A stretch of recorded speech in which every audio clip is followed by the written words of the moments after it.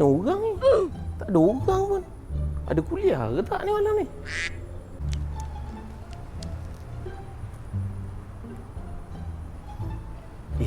Macam Bang Black. Kena tegur ni. Assalamualaikum Bang Black. Lama tak nampak. Ingatkan dah pindah Amsterdam.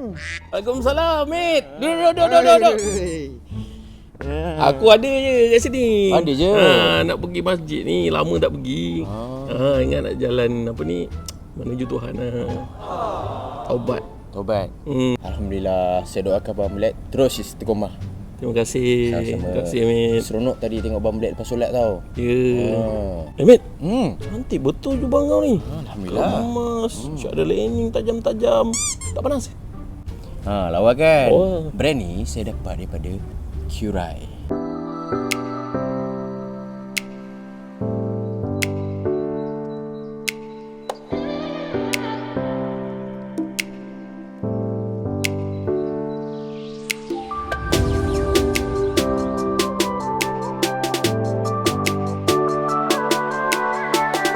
Kalau Abang Black pakai, full handsome Bang Black.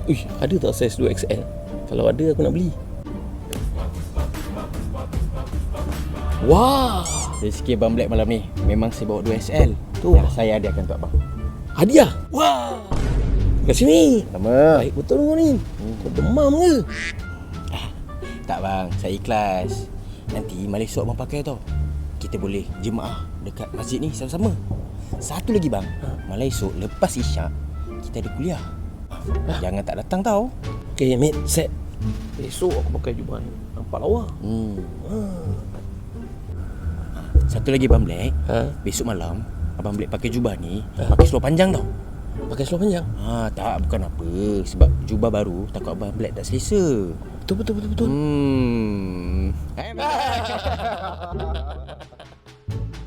The next day. Mana orang ni?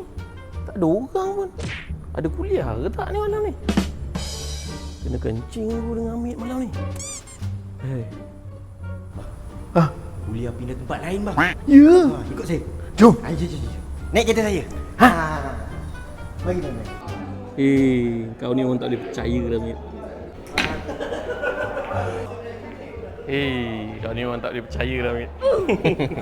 Lama tak surprise dengan Abang Black. Macam mana jubah? Selesa tak? Rasa tadi ada orang tanya kat masjid. Abang terus cakap beli kat Curai. Curai.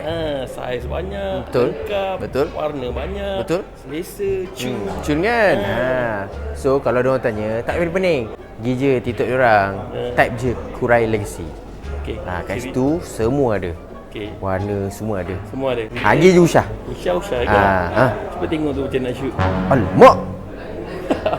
Macam mana ni snook table ni? Tak apalah, kita point pun negatif.